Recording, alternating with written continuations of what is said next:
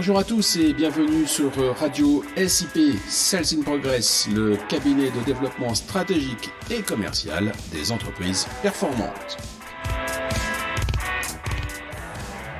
Salut Marc, t'es où là? Tu fais quoi? Ah, je suis heureux. Ça plane pour Sales in Progress. Alors tu n'es plus énervé comme la semaine dernière. Non, la semaine dernière, j'étais énervé par le manque de professionnalisme et surtout l'extrême mauvaise foi du commercial que j'accompagnais. Mais l'énervement est un état qu'il ne faut pas conserver. La colère est mauvaise conseillère, ça je le sais, et en plus, elle consomme beaucoup d'énergie. Donc il faut vite passer à autre chose. Et alors, qu'est-ce qui te fait planer comme ça aujourd'hui? T'as vu la vidéo des vœux de Sales in Progress? J'ai de très bons retours. Ça fait plaisir. Ça me permet aussi d'avoir des nouvelles de mon réseau, car beaucoup m'ont souhaité leurs vœux et m'ont apporté de leurs nouvelles. Et pour Sales in Progress, quels sont les moments forts à retenir pour 2020? C'est incontestablement la certification Calliope, les dispositifs d'animation distancielle et les podcasts. Calliope, qui intéresse les entreprises, car au-delà d'une garantie de qualité, c'est aussi une garantie de prise en charge des frais de formation. Les nouveaux dispositifs d'animation mis en place par Sales in Progress sont le second point de satisfaction et d'intérêt. Les entreprises sont soucieuses de garder de l'efficacité pour elles et de la satisfaction pour les participants. Enfin, les podcasts sont très appréciés. Nous en avons fait un par semaine depuis le premier confinement. C'est pas rien quand même. Je comprends bien, mais est-ce la seule source de satisfaction? Non, la mise en place des nouveautés 2021 me met également en joie. D'abord, Sales in Progress développe une super méthode pour être concentré et efficace dans son business. C'est le Inner Game. Cela répond précisément aux attentes des acteurs économiques pour cette année de reconstruction.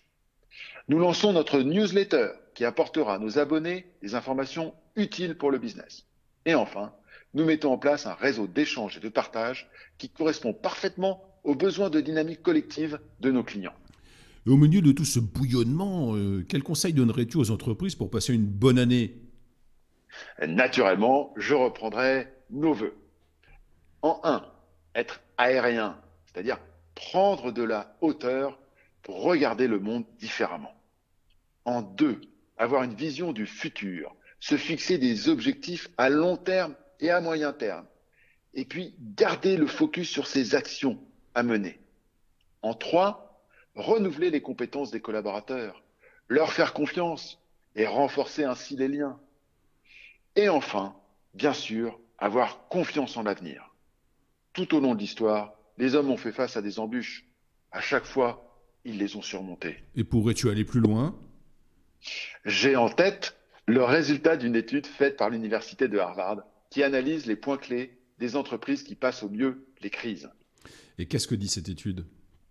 D'abord, elle démontre que les entreprises les plus solides en période de crise sont celles qui ont réduit considérablement leurs dettes. Ouais, c'est bien beau, mais ce conseil est un petit peu tardif, car les entreprises endettées ne peuvent plus faire marche arrière aujourd'hui. Et même celles qui ne l'étaient pas le sont devenues par la force des événements. Alors, Tu as raison, mais l'étude montre aussi que celles qui s'en sortent le mieux ont mis en place un plan d'action et elles s'y tiennent. et comment font-elles?